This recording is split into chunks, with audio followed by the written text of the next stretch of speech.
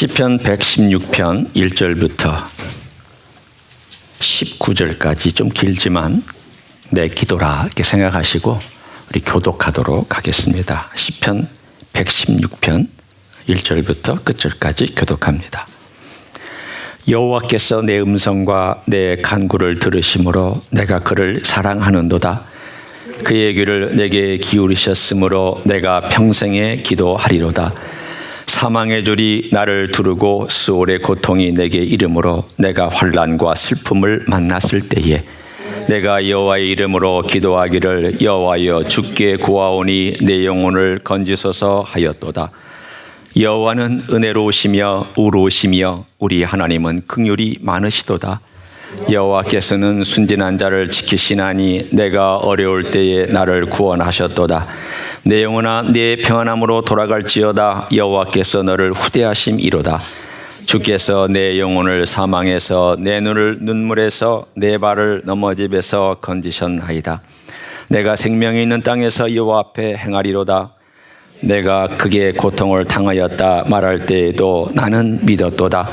내가 놀라서 이르기를 모든 사람이 거짓말쟁이라 하였도다. 내게 주신 모든 은혜를 내가 여호와께 무엇으로 보답할까?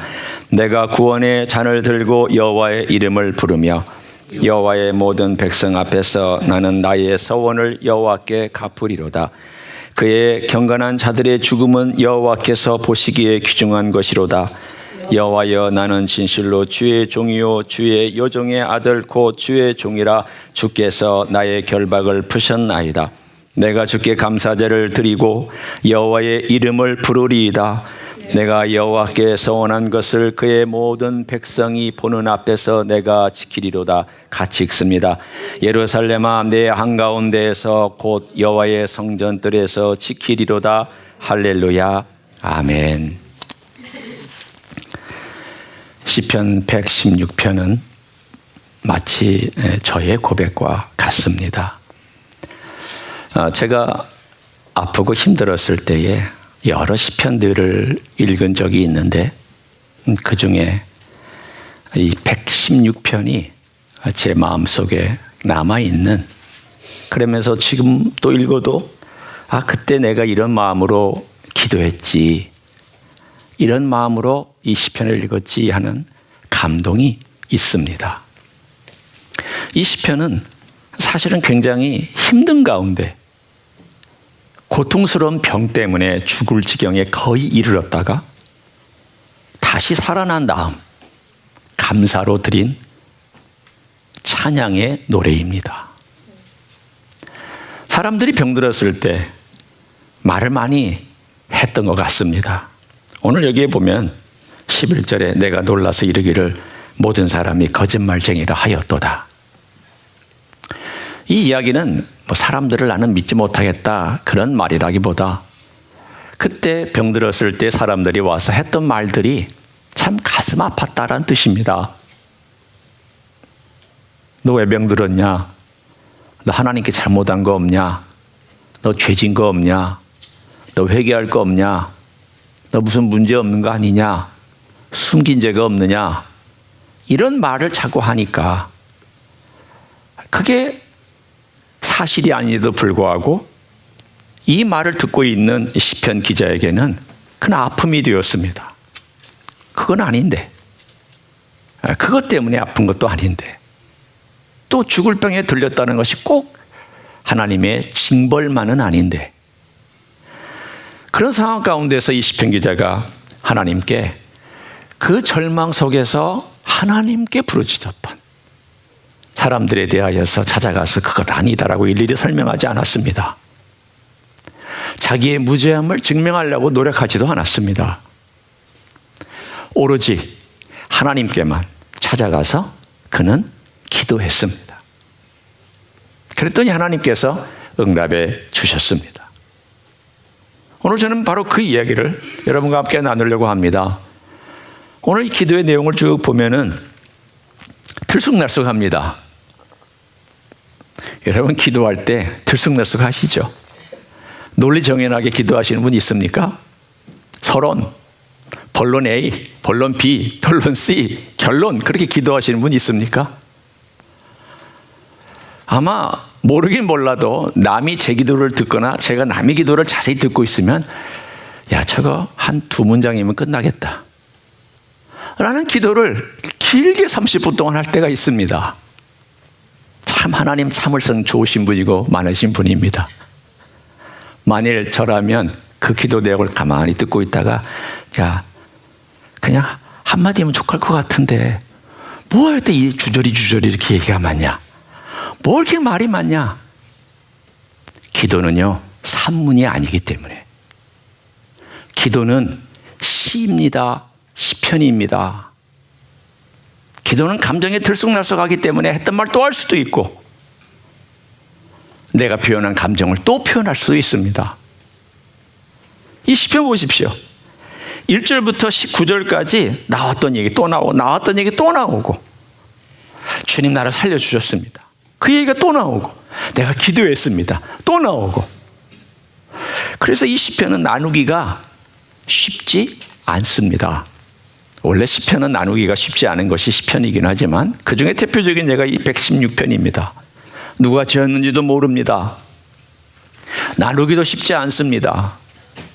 특별히 어떤 경우인지도 정확하게 알지 못합니다. 다만 병에 걸렸던 것만큼은 거의 맞는 것 같고 죽을 지경까지 갔던 그러한 경우인 것만은 거의 틀림이 없는 것 같습니다. 이때 우리는 이 시편을 통하여 뭘 배워야 할까? 함께 세 가지를 크게 나누려고 합니다. 첫째는 이 시편 기자는 이 어려움 속에서 하나님을 발견했고요. 두 번째는 자기가 뭘 해야 되는지를 알게 됐고, 세 번째는 그 결과로 어떤 것을 경험하게 됐는지, 그렇게 세 가지로 함께 나누려고 합니다. 이 시편은 순서가 없는 것 같지만 그럼에도 묘한 순서가 있습니다. 발전하는 내용이 있습니다. 여러분도 그러잖아요. 처음에 와서는 너무 답답하고 힘들어서 막 기도하다가 그 다음에는 어느 정도 정신이 좀 차려지면은 자기 고백을 하고 간구도 하고, 그러고 나서는 뒤에 가서는 감사도 하고 찬양도 하고, 대략적인 어떤 흐름은 있지 않습니까? 그와 마찬가지로 오늘 116편도 그렇습니다. 이 시편 기자가 기도하는 가운데 뭘 발견했는지를 보십시오. 가장 중요한 것은 하나님을 발견해가고 있다는 것입니다. 먼저 1절을 2절을 보십시오. 여호와께서 내 음성과 내 간구를 들으심으로, 2절 그의 귀를 내게 기울이셨으므로.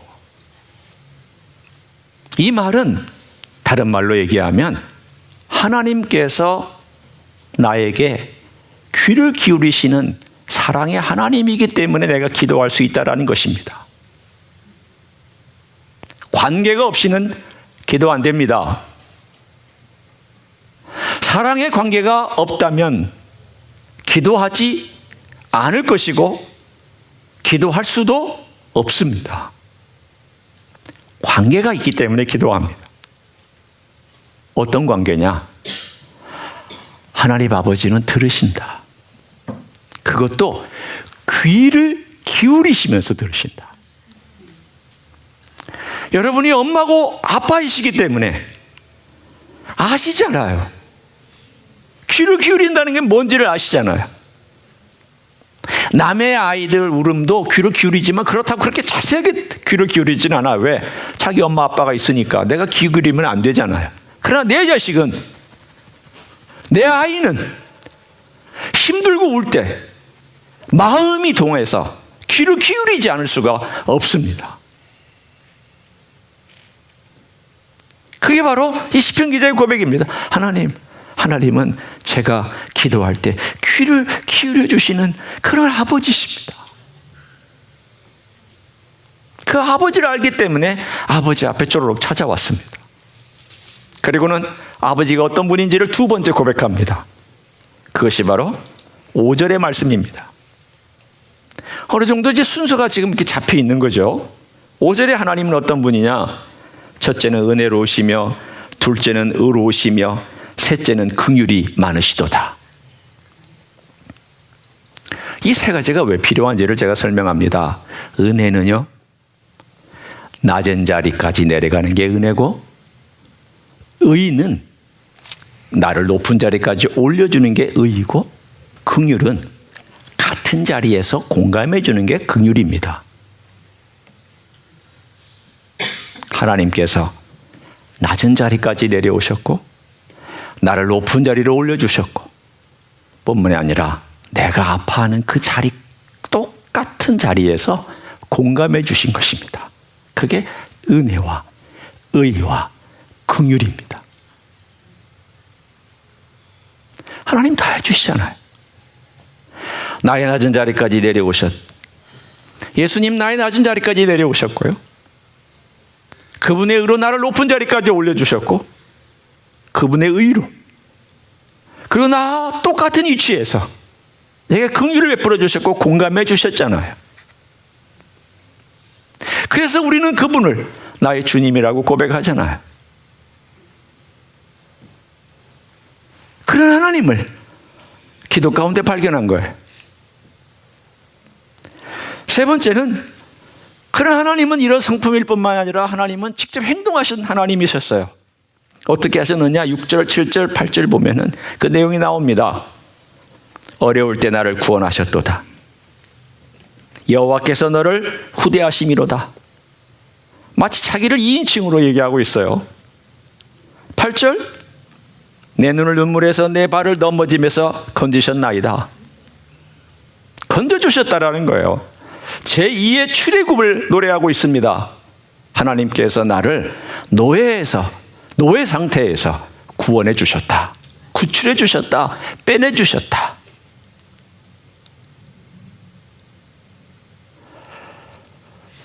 사탄은 묶지만 하나님은 풀어주십니다.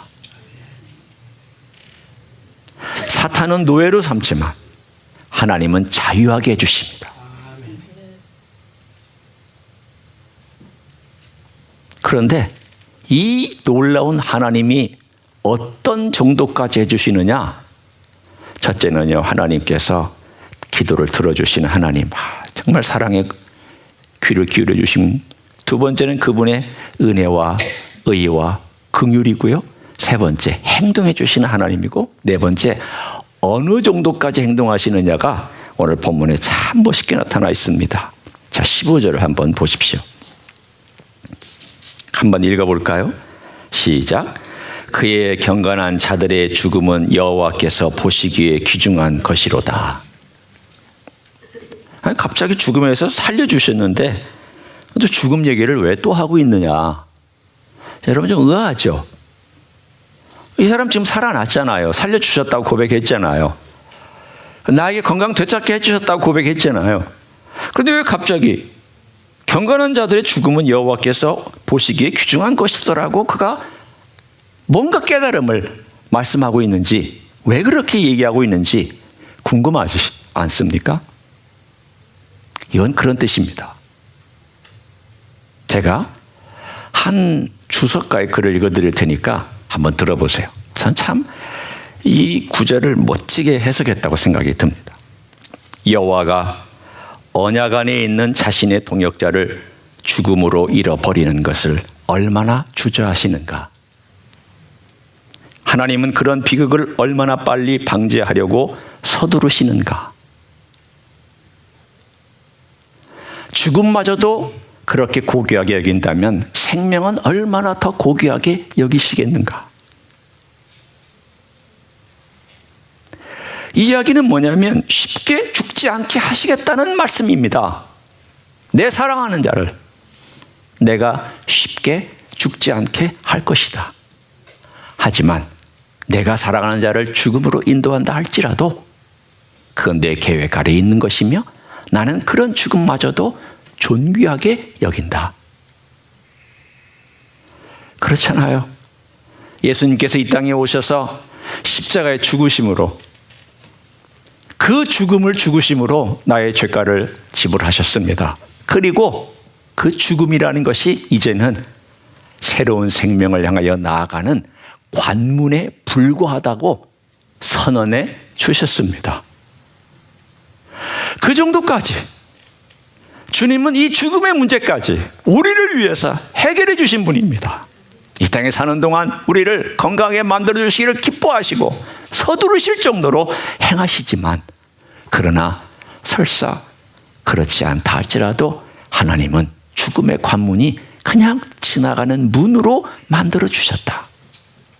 우리를 사랑하시기 때문에 그렇게 하셨다는 겁니다. 그러니까 이 시편 기자 속에서 이런 마음이 있는 거예요. 하나님 참 고맙습니다. 저를 살려주셔서 고맙습니다. 그러나 제가 깨달은 것이 있습니다. 죽음마저도 축복이라는 것을 알게 되었습니다. 묘하죠. 묘한 딜레마가 있습니다. 신앙의 딜레마는 그런 거예요. 여러분이나 저나 살고 싶잖아요. 건강해지고 싶고요. 잘 죽으십시오 그러면 기쁠 사람 어디 있어요? 없잖아요. 이 땅에서 사는 동안 잘 살고 싶고 건강하게 살고 싶잖아요. 그렇지만 한편으로는 잘 죽어야 됩니다. 또 그런데 그 죽음의 문제를 주님께서 해결해 주셨잖아요. 그것까지도 해결해 주셨잖아요. 존귀하게 여겨주셨잖아요. 그만큼 이 시편 기자가 깨달은 그 기쁨, 내가 죽음에서 다시 건강을 회복한 건 너무 감사한 일이지만 죽음마저도 하나님의 생명으로 들어가는 관문이니 얼마나 감사하냐. 죽음에 거의 이르렀다가 다시 건강을 회복한 한 기자의 신앙 고백입니다. 하나님이 이런 분이라는 거예요. 이런 하나님을 발견했습니다. 그러면 이런 하나님을 발견하면, 그리고 기도하는 가운데 알면 우리는 어떻게 해야 될까요? 어떻게 살아야 될까요? 자, 이제 우리가 이 시편 기자가 했던 것들을 좀 한 두 가지만 살펴보기를 원합니다. 기도했죠? 부르짖었죠? 어떻게 부르짖었는지 한번 보세요. 4절에 내가 여호와의 이름으로 기도하기를. 또 하나는 6절에 여호와께서는 순진한 자를 지키시나니. 그가 어떻게 기도했는지 여호와의 이름으로 기도했다고 그랬습니다. 여러분 주여 삼창 좋아하시는 분 계시죠? 저는 잘 모르겠어요. 주여 삼창 좋아하시는 분이 있는지. 그리고 우리가 기도할 때 주여 하고 기도하죠. 저도 주여 삼창 익숙하지 않고요. 언젠가 얘기했지만 주여 하는 것도 저는 익숙한 사람은 아니에요. 주여는 이름이 아니에요. 예수님이 이름이에요. 여러분은 기도하실 때 의도적으로 예수님의 이름을 부르셔야 돼요. 내 이름으로 기도하라 그랬지? 내 명칭으로 기도하라 그러지 않으셨어요. 내 타이틀로 기도하라고 하시지 않았었어요. 주는 타이틀이에요. 이름은 이름이에요. 사랑하는 성도 여러분, 제가 이것을 얘기하는 것은 우리가 기도할 때 여호와 이름으로 기도했다고 그러죠. 여호와도 개인 이름이에요. 하나님은 그냥 명칭이고요. 타이틀이고, 하나님의 개인 이름은 여호와예요. 예수님의 개인 이름은 예수 그리스도예요. 예수예요. 그리스도는 타이틀이고. 우리가 왜 이게 중요하냐면 기도할 때 너무 자주 예수님을 빠뜨려요. 우리가 하나님 아버지께 기도하는 건 맞습니다. 그러나 내 기도 속에 예수 그리스도가 살아계셔야 되고 예수 그리스도의 이름이 살아있어야 돼요. 그 이름의 권세와 능력이 크기 때문이에요. 그 이름을 고백하셔야 돼요.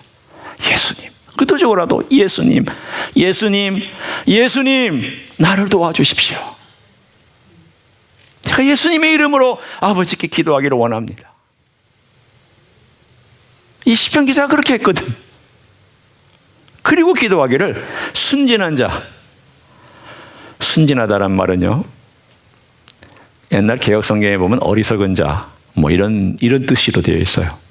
원래 그 뜻입니다. 바보스럽다는 뜻이에요. 이 말을 좀 순화시켜 놨어요. 이 개역 개정에서는 순화시켜서 순진하다라고 되어 있는데, 직역하면은요, 어리석고 바보스러운 자를 지키시나니 그 뜻입니다. 왜 어리석고 바보스러울까요? 아니 지금 힘들고 어려울 때 의사 찾아가야죠. 제일 먼저. 돈이 없으면 돈 있는 사람 찾아가야죠.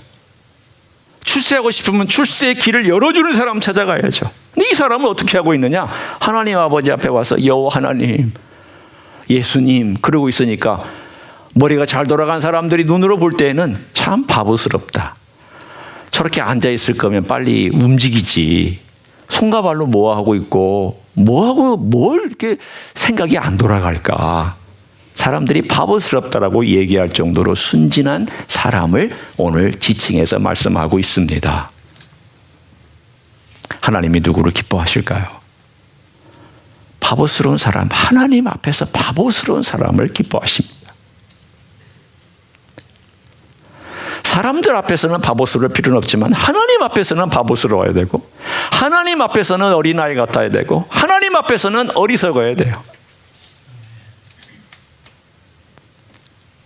그 기도를 시편 기자가 드립니다. 그랬더니 어떤 결과가 세 번째 크게 어떤 결과가 나타나는지를 한번 보십시오.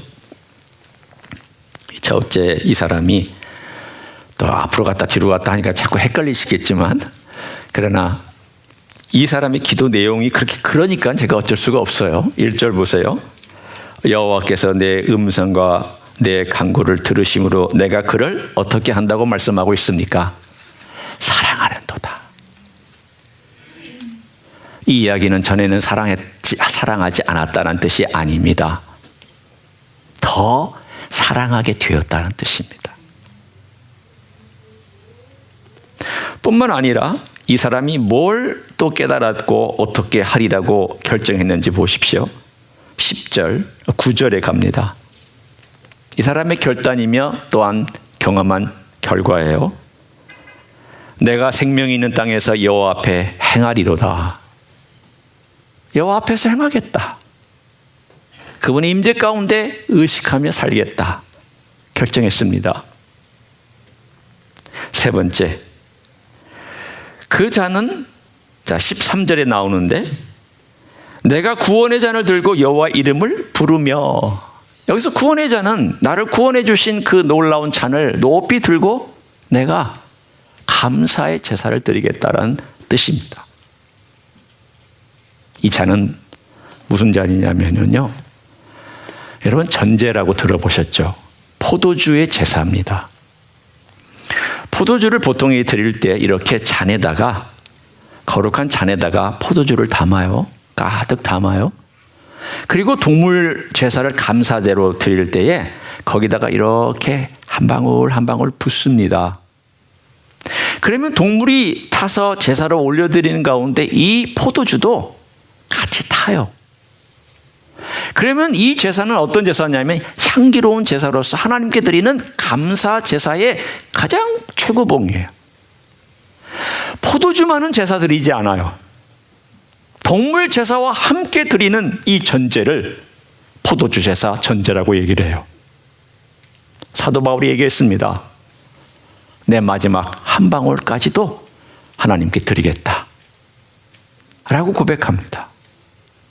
그 말은 나는 내 생명을 하나님께 드리는 것을 감사하게 마지막 방울까지 바치겠다라는 뜻입니다.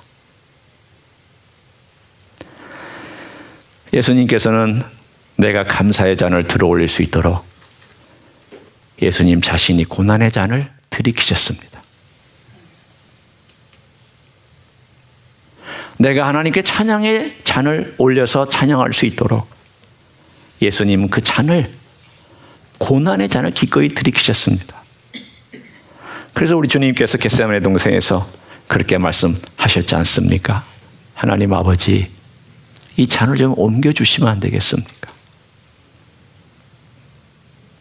그 잔이 어떤 잔이냐면 이 전제와 같은 제사의 잔이에요. 이게 마지막까지 부어져야 되는데 예수님은 이걸 고난의 잔으로 받아들이고 있거든요. 하나님 너무 힘들고 너무 어렵습니다. 내가 좀 어떻게 좀 다른 방식이 있으면 안 되겠습니까? 신비로운 일이죠. 저는 잘 이해하지 못합니다. 예수님께서 왜 겟세마네 동산에서 그렇게 기도하셨을까? 알다가도 모르겠어요. 다 하나님의 아들이시고 본인이 그렇게 죽겠다라는 것을 다 설명하시고 이미 제 아들에게 다 말씀하시고 그걸 다 예견하시고 그 길을 걸어가야 된다고 의도적으로 예루살렘으로 올라가신 분께서 막상 예루살렘에 올라오셔서 겟세마네 동산에서 가셨을 때에는 그것 때문에 주저하시고 머뭇거리시고 그것 때문에 마음에 갈등을 가지셨다는 것이 이해되지는 않아요. 그러나 그만큼 힘들었다는 것은 알 수가 있습니다. 그 고난의 잔을 주님께서 드셨습니다. 그래서 오늘 여기 나와 있는 내용처럼 내가 구원의 잔을 들고 여호와 이름을 부르며 감사의 찬양을 올릴 수 있게 되었다라는 뜻입니다. 사랑하는 성도 여러분, 우리가 이렇게 좀 살았으면 좋겠어요. 힘들고 어렵고 죽음의 병이나 힘든 일이나 이런 것이 있을 때 여러분 주저하지 말고 예수님의 이름을 부르며 우리 하나님 아버지 앞에 오십시오. 오시면 아버지께서 내 자리까지 이미 내려와 주셨고 나를 높여주셨고 나의 자리에서 나를 이해해 주시는 그 사랑으로 내 기도에 응답해 주실 것입니다. 그 응답의 제일 귀한 응답은 하나님 아버지를 알게 해주시고